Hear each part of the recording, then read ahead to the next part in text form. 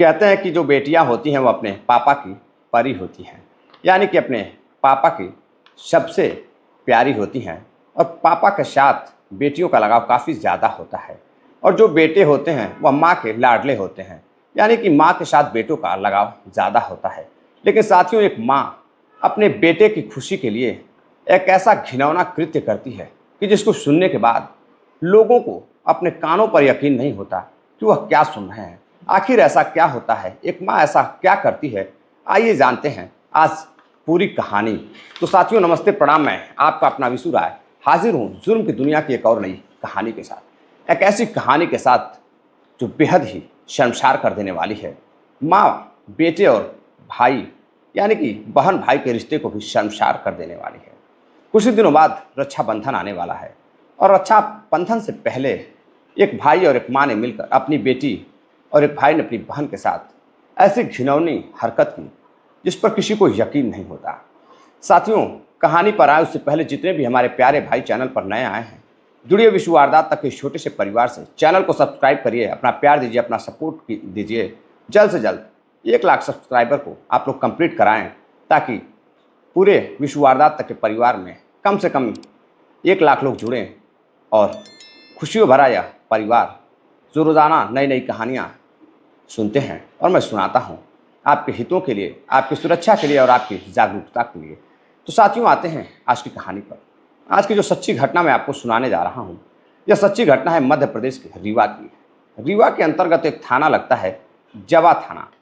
जवा थाना के अंतर्गत एक गांव में एक परिवार में टोटल 6 सदस्य रहते हैं, पति पत्नी और 3 बेटियां और एक बेटा।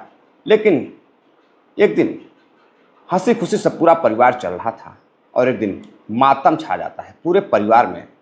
आखिर ऐसा क्या होता है? तो साथियों, इस घटना की शुरुआत होती है कई साल पहले से। एक व्यक्ति की शादी होती है एक बेहद ही खूबसूरत महिला के साथ। अब कुछ दिन बहुत अच्छा चल रहा था, साल दर साल अच्छा गुजरता गया। धीरे धीरे 2 बेटियां हो जाती हैं और दोनों बेटियां बड़ी होने लगती हैं। लेकिन अब माँ को चाहत रहती है एक बेटे की। जब पड़ोस के बेटे पास में आकर उसके खेलते हैं तो उसे देखकर जलन होती। वो सोचती कि काश मेरा भी एक बेटा होता। अब बेटे की चाह में माँ फिर प्रेग्नेंट होती है और फिर से एक बेटे को जन्म देती है। अब बेटा बेहद ही हैंडसम लड़का धीरे धीरे बड़ा होता है। उसे देख माँ बेहद खुश होती। अब 2 बेटियों के बाद एक बेटा होता है तो माँ अब बेटे को बहुत ज़्यादा प्यार करती थी। बेटा जिस चीज़ की जिद करता, माँ उस चीज़ को लाकर फ़ौरन ही बेटे को दे देती। अब धीरे धीरे बेटा बड़ा होता है, स्कूल जाने लगता है। लेकिन फिर अब माँ सोचती है कि एक और बेटी हो जाती तो और अच्छा होता, एक और बेटा हो जाता तो और अच्छा होता। 2 भाई रहते तो किसी की कमी नहीं होती, दोनों आपस में मिल बांट कर रहते। मेरा बेटा अकेला रहेगा तो फिर किसी दिन किसी से झगड़े होंगे या फिर कोई समस्या होगी तो मेरे ना रहने पर मेरा बेटा अकेला हो जाएगा। और वह फिर से प्रेग्नेंट होती है और एक बेटी को जन्म देती है। लेकिन जब बेटी होती है तो वह बड़ी निराश हो जाती है। अब वो अपनी उस बेटी को, छोटी सी बेटी को उतना प्यार नहीं करती थी जितना करना चाहिए था। अब उसे हीन भावना से देखती थी। बेटी जो भी कहती थी माँ करने को तैयार नहीं होती थी, अक्सर डांट डपट कर उसे हटा देती थी। और जैसे ही बेटा अपनी जुबान खोलता था माँ वह काम कर देती थी। अब धीरे धीरे बेटा बड़ा होता गया, समय बीतता गया। तीनों बेटियां बड़ी होती हैं और सबसे छोटी बेटी 9 साल की, बेटा 13 साल का हो जाता है। और इधर पिता अपने बच्चों को पालने के लिए बाहर काम धाम किया करता था। अब समय बीतता जाता है। एक दिन अचानक से परिवार में 25 जुलाई की सुबह माँ और दोनों बेटियां रोने लगती हैं। बेटा भी रोने लगता है। चीख पुकार सुनकर आसपास के लोग आते हैं। करीब सुबह 5 बज रहे थे। अब लोग चीख पुकार सुनते हैं कि आखिर ऐसा क्या हो गया। अब 50 की संख्या में आसपास के लोग वहाँ जाते हैं दौड़ते हुए, पूछते हैं कि क्या हुआ। तो देखते हैं कि एक बेटी अपने चारपाई पे सो रही है और वह बिल्कुल भी हिल डुल नहीं रही है। लोग हिलाते डुलाते तो वह बोलने का नाम भी नहीं लेती। अब फ़ौरन ही लोग डॉक्टर के पास लेकर जाते हैं। डॉक्टर उसे मृत घोषित कर देता है। अब लेकर लोग घर आते हैं। जब घर आते हैं तो लोग जब उसकी माँ से पूछताछ करते हैं तो उसकी माँ उस हालत में नहीं होती कि वह बता पाए। दोनों बहनों का रो रो कर बुरा हाल था, भाई का रो रो कर बुरा हाल था। अब छोटा सा भाई माँ का लाडला, उधर उसके पिता को खबर जाती है। पिता भी अपना काम धाम छोड़कर घर आता है। घर आने के बाद देखता है कि उसकी बेटी मृत अवस्था में पड़ी हुई है और सभी घर में रो रहे हैं। चारों तरफ चीख पुकार मची है। रिश्तेदार भी सूचना मिलते ही आ जाते हैं। अब कोई व्यक्ति सूचना देता है पुलिस को। अब मौकाए वारदात पर पुलिस पहुंचती है कि भाई आखिर ऐसा क्या होगा कि नई नवेली बेटी रात में सोती है और सुबह उसकी मौत हो जाती है। अब उसके माँ से पूछताछ होती है। माँ बताती है कि मेरी बेटी को रात में कोई कीड़ा काट लिया था और वह जोर जोर से चीखने लगी थी, और जब मैं पूछ रही थी तो वह बताने की कोशिश कर रही थी और सिर्फ वो यही बोल रही थी कि मुझे कीड़े ने काट लिया है। अब उसको दर्द ज़्यादा हो रहा था और मैं उसका सर दबा रही थी, हाथ पैर को सहला रही थी। तभी दोनों बेटियां भी आ जाती हैं, बेटे भी आ जाते हैं। बेटी और बेटियां बाहर सो रहे थे, माँ और छोटी बेटी अंदर सो रहे थे। अब पुलिस सुनती है कि बड़ी अजीब बात है, कीड़ा काटने से मौत हो गई। लोग भी सुनते हैं कि कीड़ा काटने से मौत हो गई इसकी, तो पुलिस बड़ी हैरान होती। अब पुलिस को कुछ शक होता है। पुलिस कहती है कि एक काम करिए, पहले बॉडी को पोस्टमार्टम के लिए भेजिए, और कौन सा ऐसा कीड़ा है जो इस मोहल्ले में घूम रहा है जिसके काटने से अचानक से मौत हो जा रही है। अब पुलिस जांच पड़ताल के लिए एक मेडिकल टीम बुलाती है जो आसपास के क्षेत्रों में मुआयना करती है, जांच पड़ताल करती है कि ऐसा कौन सा कीड़ा है जो लोगों को काट रहा है। कहीं ऐसा ना हो कि अभी तो एक जान गई है, कई और भी जाने जाएं। अब टीमें आती हैं, जांच पड़ताल करती हैं। यार पुलिस जांच पड़ताल के लिए जो गौरव सिंह पुलिस अधीक्षक रहते हैं, वह एसआईटी टीम का गठन करते हैं कि आखिर इस बेटी के मरने के पीछे की वजह क्या है, वह कौन सा कीड़ा है या फिर कोई और वजह है। लेकिन पोस्टमार्टम जब होता है तो एक ऐसी हकीकत सामने आती है साथियों, जिसको सुनने के बाद हर कोई, हर मोहल्ला वासी, देश प्रदेश के सभी लोग, रीवा ज़िले में ऐसा मातम फैल जाता है। ऐसा शर्मनाक घटना सुनने के बाद लोग हैरान रहते हैं। दरअसल उस लड़की के साथ रेप हुआ था। रेप ऐसा कि लड़की की मौत हो जाए। एक फिर रिपोर्ट में जब पुलिस आगे बढ़ती है तो पता चलता है कि लड़की का पहले रेप किया गया था, उसके बाद उसका गला दबाकर हत्या की गई थी। आखिर ऐसा क्या होता है? जब पुलिस उसकी मां को रिमांड पर लेती है और दोनों बहन भाइयों को रिमांड पर लेती है और पूछताछ करती है, तो मां एक ऐसी हकीकत बताती है जिसको सुनकर यकीन नहीं हो रहा था। दरअसल साथियों, जब बेटा धीरे धीरे बड़ा होता है तो वह जिद करता है कि मुझे गाड़ी चाहिए। अब छोटा ही बेटा रहता है, लेकिन माँ कहती है कि बेटा अभी तुम बड़े हो जाओ, मैं तुम्हें सब कुछ दे दूंगा, तुम्हें सब कुछ मिल जाएगा जो तुम चाहते हो, यह सारी संपत्ति सब कुछ तुम्हारा है। दोनों बहनें जो थी वह भाई को बहुत प्यार करती थी। तीसरी बहन अभी छोटी थी, उसको उतनी समझदारी नहीं थी, सिर्फ भैया भैया कहती थी। अब वह एक दिन पढ़ने के लिए जब स्कूल जाता है बड़ा होकर के, तो स्कूल में कई लड़कों से उसकी दोस्ती होती है। उम्र महज 13 साल। अब वह लड़का कई लड़कों से मिलता है, तो कुछ लड़के ऐसे रहते हैं जो बहुत तेज तर्रार दिमाग के रहते हैं, बहुत बड़े घर के लड़के रहते हैं। अब वो स्कूल में मोबाइल वगैरह लेकर आया करते थे और धीरे धीरे सारे क्लास के लड़के मोबाइल यूज़ करते थे। भला आजकल मोबाइल का दौर है, लोग कहते हैं कि मोबाइल इतनी ज़रूरी है कि अगर एक पल आदमी 2 टाइम का खाना ना खाए तो चल जाएगा, लेकिन अगर मोबाइल ना रहे तो पूरी ज़िंदगी अधूरी है। क्योंकि मोबाइल से बहुत कुछ सीखने को मिलता है, बहुत लोगों से रिश्तेदारियां चलती हैं, बहुत लोगों से जान पहचान होती है, बहुत ऐसी चीज़ होती है जो मौके पर मोबाइल से देखने को मिलता है, सुनने को मिलता है। और मोबाइल आजकल जीवन में अमूल्य चीज़, यानी कि अमूल्य कहें तो सही नहीं होगा, मूल्यवान चीज़ हो गई है, यानी कि अब उसका रहना बहुत ज़रूरी है।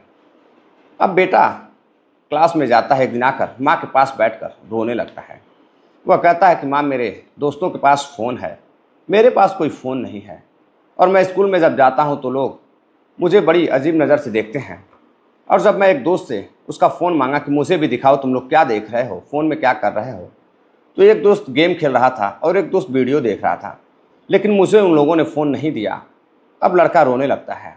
अब माँ अपने बेटे के आंसू देखकर, लाडले बेटे की, अब वह रह नहीं पाती है। बेटे आंसुओं को पोंछते हुए कहती है, चलो आज ही मैं तुम्हें फ़ोन खरीद कर देती हूँ। और माँ बेटे को लेकर शहर जाती है और शहर से एक महंगा सा अच्छा सा फ़ोन, एंड्रॉयड फ़ोन खरीद कर अपने बेटे को दे देती है। अब आए दिन बेटा फ़ोन को चार्ज लगाता है और स्कूल लेकर जाता। स्कूल में जाने के बाद अब बेटे का मन पढ़ाई में नहीं लगता।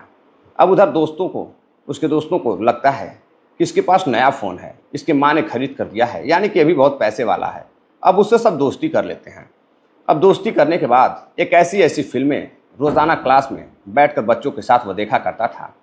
एक बच्चा रोज़ाना एक ऐसी मूवी डाउनलोड करता था, यूँ कहें कि ब्लू फिल्म डाउनलोड करके वो लाता था मात्र 13 साल की उम्र में, और उसके साथी बैठकर क्लास में ब्लू फिल्म देखते थे और घर पर ब्लू फिल्म देखते थे। अब देखते देखते उस लड़के को भी ब्लू फिल्म की लत लग जाती है।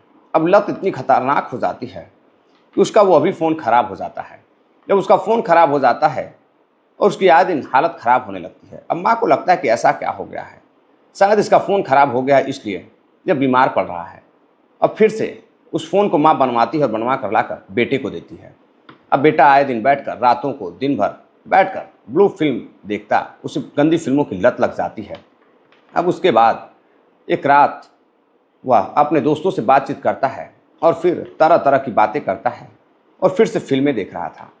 जब फिल्में देख रहा था तभी उसी वक्त उसकी छोटी बहन अंदर आंगन में 2 चारपाइयाँ लगी हुई थी और बाकी सभी लोग बाहर सो रहे थे। वो अंदर आता है, दरवाज़ा बंद करता है और अपने चारपाई पर बैठकर फिल्म देखने लगता है। जब फिल्म देखता है तो उसे नशा चढ़ने लगता है और उसी वक्त उसकी छोटी बहन 9 साल की बहन भी आ जाती है। और जब बहन आती है तो पूछती है कि भाई तुम क्या देख रहे हो, मुझे भी दिखाओ। अब वो इतना नशे में रहता है, इतना पागल हो जाता है, उससे ना अपनी बहन दिखती है ना कोई दिखता है। अब वो अपनी बहन को मना करने की बजाय वह गंदी फिल्में दिखाने लगता है। और उसकी बहन जब उसे देखती है तो कहती है तुम ये क्या कर रहे हो, मैं यह बात अपने पिता से बताऊंगी, पापा से कहूँगी कि तुम क्या कर रहे हो, माँ से भी बताऊंगी, सबको बताऊंगी कि तुम फ़ोन में क्या देखते हो। तुम तो रोज़ाना कहते हो कि मैं पढ़ने के लिए फ़ोन लेता हूँ, ऑनलाइन क्लास चलती है, मैं इसके लिए फ़ोन लिया हूँ और मैं उससे पढ़ाई करता हूँ, और मुझे फ़ोन छूने भी नहीं देते हो और घर में किसी को फ़ोन देखने तक नहीं देते हो। मैं तो माँ से और पापा से तुम्हारी बात बताऊंगी। तभी लड़का कहता है कि देखो ये बहुत अच्छी फिल्म है, मैं देख रहा हूँ, तुम भी देखो। अब वो अपनी बहन को दिखाता है, बहन थोड़ी सी फिल्म देखती है, तब तक कहती है कि नहीं ये गंदी फिल्म है, मैं नहीं देखूंगी। वो जाकर अपने चारपाई पर सो जाती है। तभी लड़का इतना हब्सी हो जाता है, उस फिल्म को देखकर उसकी लत इतनी ख़राब हो जाती है कि वो बहन के पास जाता है और कई घंटों तक अपनी बहन के साथ रेप जैसी घटना को अंजाम देता है। बहन चीखती चिल्लाती लेकिन उसकी आवाज़ बाहर नहीं जाती, कोई नहीं सुन पाता। अब उसके बाद बहन कहती है कि जो तुमने किया है मैं अब पापा से कहूँगी, मैं पापा को कल ही बताऊँगी कि तुमने मेरे साथ क्या किया है और फ़ोन में तुम क्या देखते हो। अब लड़का परेशान हो जाता है कि कहीं यह बात बाहर चली गई, पापा जान गए तो उसकी बड़ी पिटाई करेंगे बेरहमी से। अब वह परेशान होकर अपनी ही बहन का गला दबाता है। गला दबाने के बाद उसे लगता है कि उसकी बहन मर गई है। अब उसके बाद वहाँ से वह अपनी माँ के पास जाता है, माँ को जगाता है। माँ को जगाने के बाद वह माँ को अंदर लेकर आता है। माँ को अंदर लाने के बाद कहता है कि माँ मैंने इसके साथ ऐसा ऐसा काम किया है और मैं फिल्म देख रहा था तभी आ गई और इसने भी फिल्म देखना शुरू की और उसके बाद मैंने इसके साथ जाने अनजाने में ऐसी घटना को अंजाम दिया और उसके बाद जब पापा से कहने की जिद करने लगी तो मैंने इसका गला दबा दिया। अब माँ अपने बेटे को चेक करती है, तभी देखती है कि अभी तो वह जिंदा है, सांसें चल रही हैं।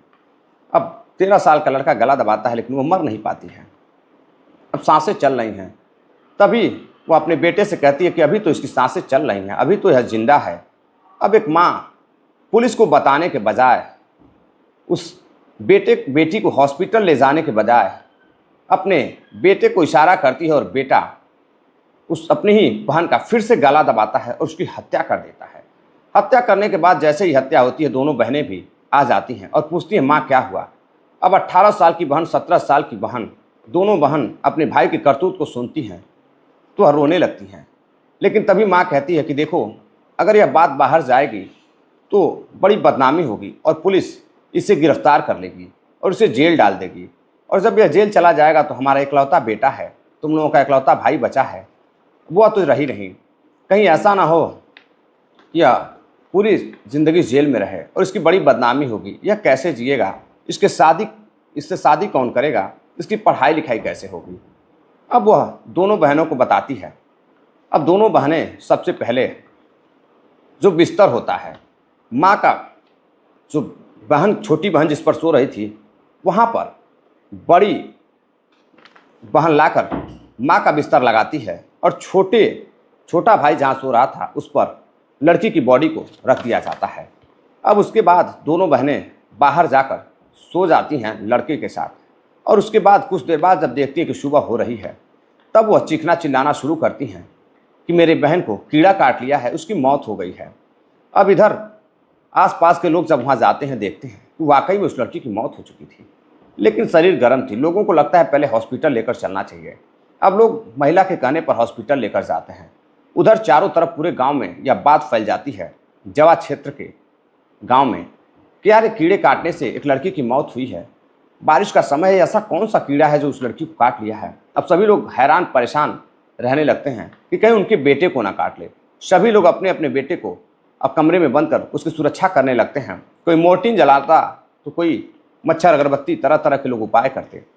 अब लोग सदमे में चले जाते हैं, हदस जाते हैं कि ऐसा कौन सा कीड़ा है जो उस लड़की को काट लिया। आसपास के पड़ोसी परेशान होने लगते हैं। तभी हॉस्पिटल से पता चलता है कि उसकी मौत हो चुकी है। पोस्टमार्टम से पता चलता है कि उसके साथ रेप हुआ है। अब जब गांव वालों को आसपास पता चलता है कि लड़की की मौत कीड़ा काटने से नहीं, बल्कि उसके भाई ने उसके साथ रेप जैसी घटना को अंजाम दिया है, और एक कलयुगी माँ ने अपने बेटे के प्यार में अपनी ही कोख से जन्मी हुई बेटी की हत्या करवा दी, गला दबाकर, वो भी अपने बेटे से।